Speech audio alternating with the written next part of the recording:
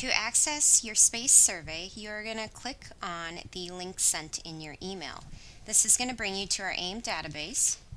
Once you log into your database, it is going to bring you directly to your space survey.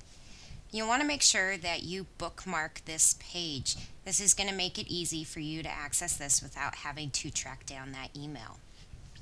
Right now, you're currently in the space survey. Over here, we have your locations. These are the room numbers. Over here, we do have the property. It is divided up by property code. On our website, you will find a listing of property codes, so you will know which property is actually B0038. Another way to find out is once you click on the room, it is going to tell you up here that this is in fact the engineering building. Once you have opened your space survey, you need to put your space survey in edit mode. To do this, you will click on the edit icon, the pencil up in the right hand corner.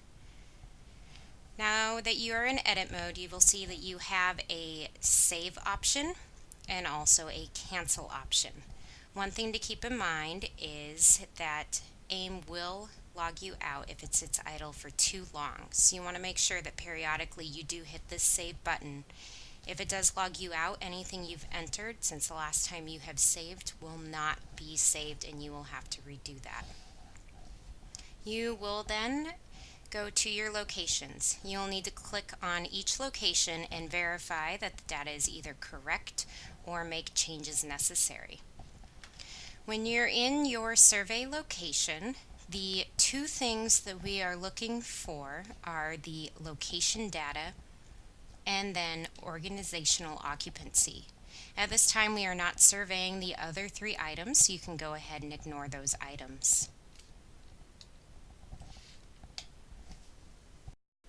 Under the location data, the only item we need you to view and correct is the location type. All the other items within this field are unnecessary for this space survey or will be auto-populated for you. When reviewing the data, if the location type is still correct for this room, you can go ahead and move on to the organizational occupancy. If it is no longer correct for this room, then we will need to change it. You have a couple of options to change this room. Let's say that this room moved from a class lab to a non-class lab. You can click on this zoom icon and this is going to populate a list of all of our location codes. You'll want to make sure that your pop-up blocker is not on for AIM in order to get this list. So we can scroll through here until we find non-class lab. You can click on that and it will populate the field. You also can view our website to get all of the location type codes, and you can type in all or part of the code, hit the zoom menu, and it's going to automatically populate all of the codes that start with the letters you entered in, and you can then click the non-class lab. There may be an occasion when the room you're looking at has multiple location types. AIM will only accept one location type. So if this is a class lab but also a non-class research lab, you need to decide what is the primary location type and select that one. If it is a 50-50 split, you can go ahead and pick either one. Next, we will move on to organizational occupancy. And here we are tracking the departments that are in the room, the percentage of the time they're in the room, the use for the room, and also the percentage. This is the area where you can split rooms with multiple departments and also multiple usage. So if this was a class lab and non-class lab, we could reflect that in our usage. When you are reviewing the information we have in organizational occupancy, if everything looks correct, then your job is done. You're going to click on the status menu and click verified and go ahead and save by clicking the green done flag. And you are now done with that room, and you would continue on to the next room. If there are actually corrections that you need to make, you can click back into the organizational occupancy.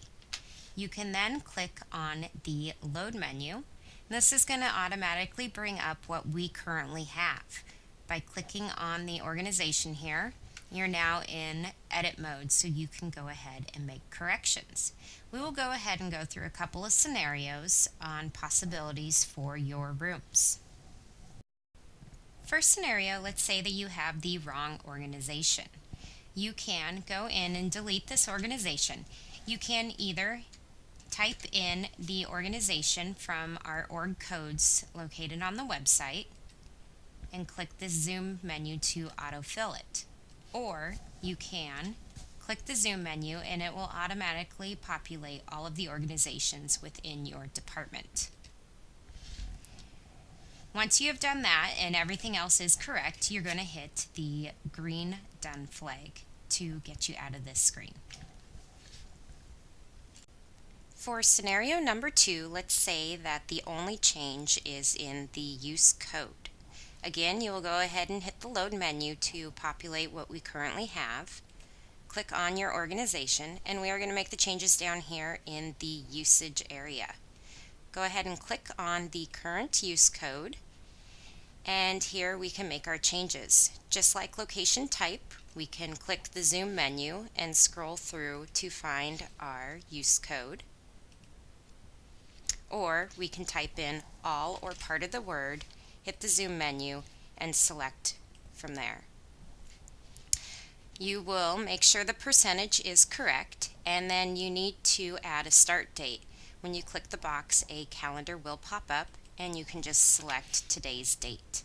When you're all done, click on the green done flag, and you'll have to click on the green done flag again to get out of that room. For scenario number 3, let's say that this room is shared between mechanical engineering and also electrical engineering. You would go ahead and hit the load menu to populate what we currently have. Click on the organization, and here we are going to make a change to the percentage that mechanical engineering is in here. You will delete this field, and we're going to say it's a 50-50 split. So you will enter 50% in there. And for now, we will say that the usage is still correct for this room. Go ahead and hit the green done flag, and you will be back into the organizational occupancy screen. Now we need to add in electrical engineering. Go ahead and click the plus sign to add an organization. And here we are going to add our organization. You'll want to use the org codes on the website and type in the org code under organization, hit the zoom menu, and it'll automatically populate all of the other information for you. Now we're going to add in our percentage, and that's going to be 50%. You always want to make sure that all of your organizations add up to 100%. So if this is split between 4 organizations, you're going to want to do a 25% split all the way through, or you can do splits like 60, 20, 10, and 10. Any way you do it, just make sure that this is always going to total 100% in the end. So down here we don't have a use code for electrical engineering, so we are going to have to add a use code for electrical engineering. Go ahead and hit the plus sign to add a new usage, and let's say that this is also instructional support.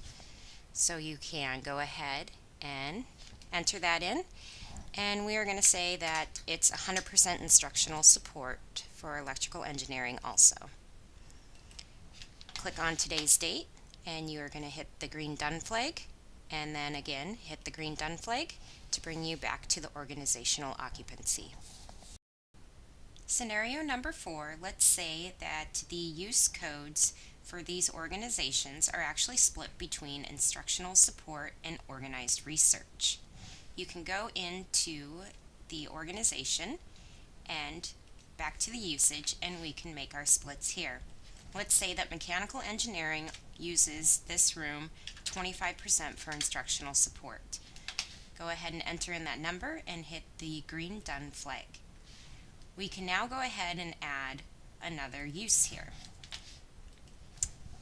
So go ahead and fill in your organized research use code, and let's say that 75% is organized research. Go ahead and enter in the date and hit the green done flag. We now have a total of 100% usage in this room, and we've split it between instructional support and organized research. Go ahead and hit the done flag, and this will bring you back to this screen. Scenario number 5, let's say that we showed currently that mechanical engineering and electrical engineering shared this space, when in fact now mechanical engineering is the sole organization within this space. You would load the current information, and we would come here to the box next to electrical engineering, click that, and we can click on this minus key. This will delete the organization. It's going to ask you if you want to delete it. Go ahead and hit the check mark yes. Now we need to go back into electrical engineering because we show that it is a 50% split, and we do need to have this percentage equal 100%. So you will click on mechanical engineering and change that to 100%. You will now hit the green done flag, and again hit the green done flag, and you are back to your space survey. Now that you are back in your space survey, you will see that the status for the room you are in has changed. This now shows that you made changes to that room. It would show verified if you verified that all of the current information was correct. At this point, you can go ahead and move on to your next room. Like I said earlier, it is suggested that you do save every once in a while. So go ahead and hit that save button, and that'll save all of the information that you just did. To get back into edit mode, you will need to click on the edit icon, and then you're back in edit mode and you can move on to your next room.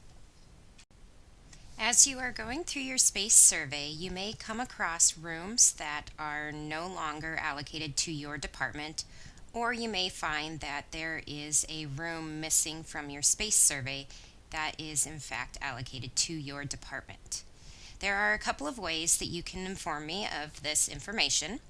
First, you can always send an email to wolf, WOLF, @pdx.edu, or give me a call. My extension is 54939. You can also put a note within your space survey. You will click here on the View menu and go to the Notes log. Once you're in the Notes log, you will add a new note. You will need to give me a note type. Let me know if we are adding a room, deleting a room, or if you just have general questions or notes that you want to leave with your space survey. Let's say that we are adding a room. Let's say that MME needs to add Ondine 20A to their inventory. You can just write a simple note that states that and go ahead and hit the Save button. I will then be able to view this note. If you hit the Done key, it'll bring you back to your space survey.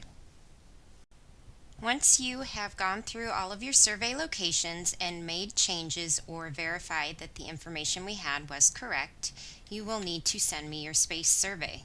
You will need to be in edit mode. You are going to go up here to the status. We are going to change this status from surveying to needs approval. If you click on the zoom menu, it'll bring up the menu. Click on needs approval, and then you're going to hit the save button. You are now done with your space survey and it has been sent to me to review. I want to thank you for your time and effort that you've put into completing your space survey.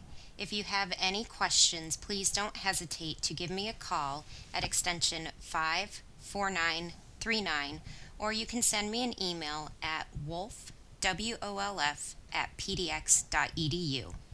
Thanks again.